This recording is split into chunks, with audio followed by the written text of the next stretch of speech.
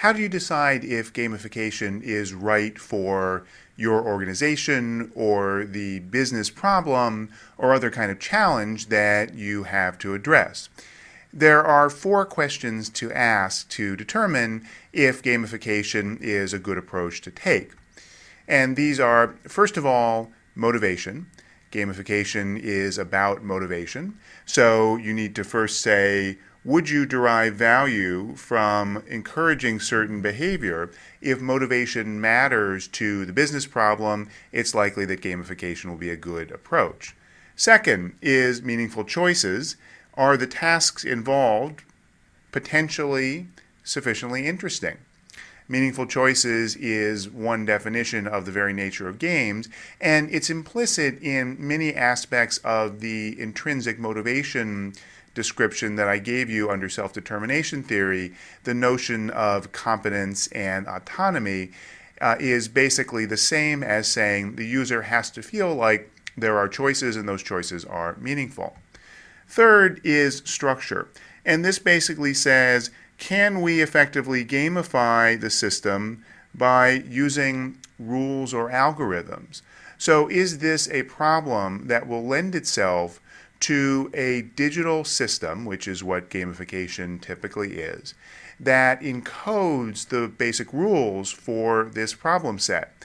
If it's not, if it's something that's too vague or too subjective, or where the rules and objectives aren't sufficiently clear, then gamification may not work, even if this is a problem that would benefit from motivation and that's sufficiently interesting.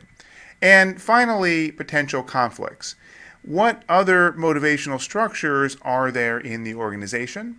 And will the gamified system potentially come into tension with them? So let's look at all 4 of those questions in a little bit more detail. The first is motivation. So what are the situations where motivation is important? Typically 2 broad categories, which as you see are very different. The first is situations that involve real deep creativity, or situations that involve unique skills and connections and teamwork. Situations where it's not just rote work. It's not necessarily something simple and familiar. It's something complex and deep that requires people to go the extra mile. And motivation is the secret ingredient that gets them to do that. So these are the high value add kinds of tasks. The desire for innovation, the desire for more productivity, the desire for lasting consumer engagement, the things that require more than just a simple push of the button. The second broad category where motivation is valuable, though, is exactly that kind of situation. The situation where the task at hand seems very dull, boring, and repetitive. Because those are the kinds of tasks where if you can find some motivation, if you can find some meaning and some interest level in the task and some challenge that motivates people, the impact is quite significant. Because without those things, there's no way except for the external, extrinsic kinds of approaches to get people involved in the task. And a wonderful example comes from the book Reamd, a recent science fiction book by Neil Stephenson. If you haven't read it, I'd encourage you to read the first 200 pages. They're great. The next 800 pages, not so good. But it's a delightful book, like many of his books, in terms of getting us to think about a potential future that in many ways is already here. And the example for gamification is that one of the characters in the in the book, is the CEO of a massively multiplayer online games company, vaguely like the company that makes World of Warcraft. Only the business model for this game is using gamification. Specifically, the game applies itself, generates revenue by going to organizations that have dull tasks. The first example that they give is airports dealing with security and having people having to sit there and ensure that no one walks in the wrong way through the door that goes to the baggage claim area. because there has to be an opening going through there, and so therefore you have to check to make sure people aren't coming through the wrong way because they don't go through security.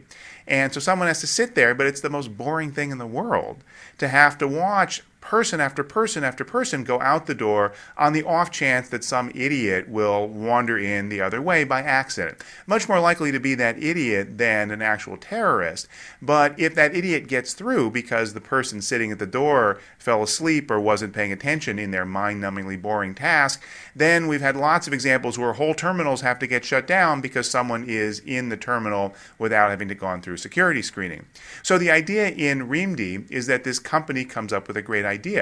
They will use 3D motion capture to represent the people walking through the passageway in the terminal as creatures in the game. So now there's a castle in the game and people are walking down a certain passageway in the castle all in one direction. But the game says in the game that there's a goblin trying to sneak in. And if you catch the goblin trying to sneak in, you get a big reward. Lots of experience points for you in the game. And the result is lots of players of the game sit there and try to catch the goblin. They try to find the goblin, even though it involves the same thing that the security guard had to do in the airport, sitting and watching person after person going through the right way in the hope that you might find someone going through the wrong way. Putting it into the game suddenly makes that fun and engaging for people. And in the book, this becomes a huge business opportunity for this company because they're able to leverage the engagement of the game players to do tasks that otherwise would be deathly boring. So that's an example of one kind of task that might lend itself to gamified motivation that's very different from the kinds of tasks that we might at first think of. Second question to decide whether gamification is right for you is whether it involves meaningful choices. And here we can think about a number of different kinds of situations that we've talked about that make choices meaningful. Are there options for the user? Do they connect up with things that are meaningful for the user?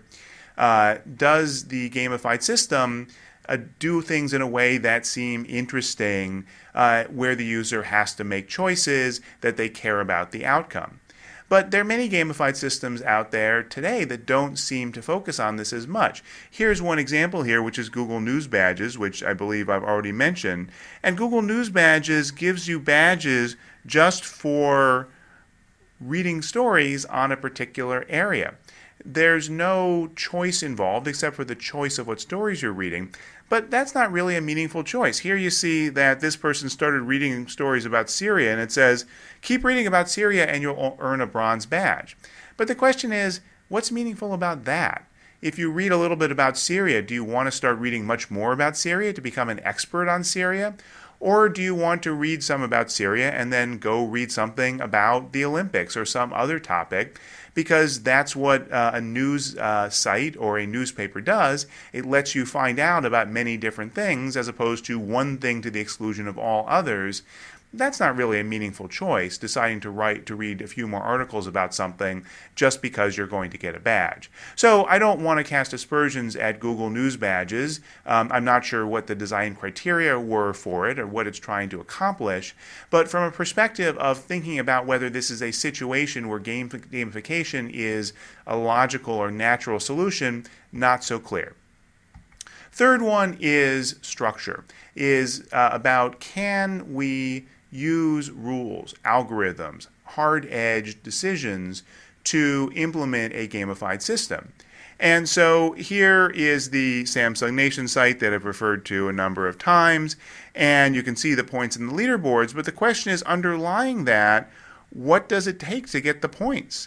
What things are worth more? So two of the tasks that Samsung Nation lets you address are sharing things on Twitter, tweeting about something you've done on the site, or registering your product that you bought, your Samsung product that you bought in a real store. Do you go on the site and register it? Samsung Nation gives you 500 points for registering the product and 100 points for tweeting about something that you did on the site. Now, I don't know, again, from Samsung's business criteria, why they picked one or the other.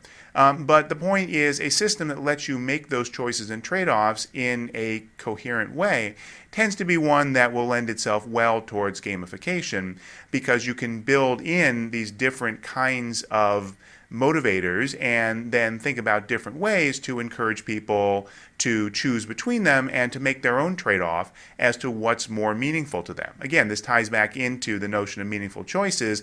The points are just guides, and people in playing need to decide how they personally value the activity vis-a-vis what the point system is telling them. And finally, conflicts. What other motivational structures are there out there? So this is particularly important, say, in a company. There is a motivational structure for employees. It's called their salary. It's called their desire not to get fired from their job. That's not necessarily in conflict with some system that says, go do this because it's fun and because it's going to motivate you to be part of a community, to have some achievement or accomplishment. But there might be some tension if those things pull in opposite directions. Or if the user starts to wonder, well, should I be doing this for the salary or should I be doing this for the fun? What's the trade-off between the two? Another context for illustrative purposes where this comes up a lot is school. So we have all kinds of motivators in school, including very extrinsic ones, as well as increasingly intrinsic ones, trying to get students to authentically care about and enjoy learning. So when gamification gets applied to learning, it's very important to try to understand the potential conflicts. So this here is a gamified leaderboard or a gamified experience point system that was developed by Lee Sheldon, who's a professor at Rensselaer Polytechnic Institute who teaches game design, and he gamified his courses.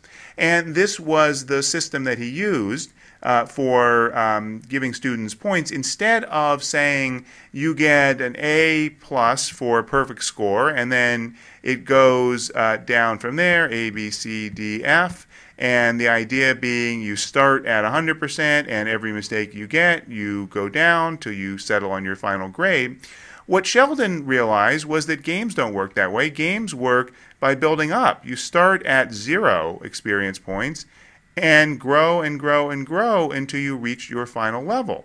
So he said, why don't we do school like this? Why don't we say you start here at 0, you start with an F, and based on what you do, based on every assignment that you turn in, every achievement you get within the course, you move up and up and up until you ultimately settle at your final level, and that's your grade.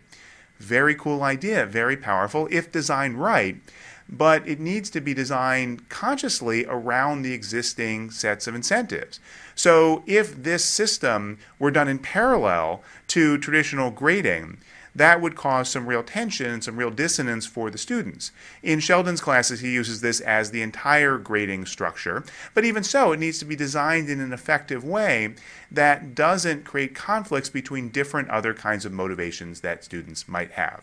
So that's an example to illustrate the need to think about different tensions that might occur among different motivators. If you think about all 4 of these questions systematically and come up with good answers for them, you can be fairly confident that gamification is a worthwhile approach to use to tackle a particular business or other challenge.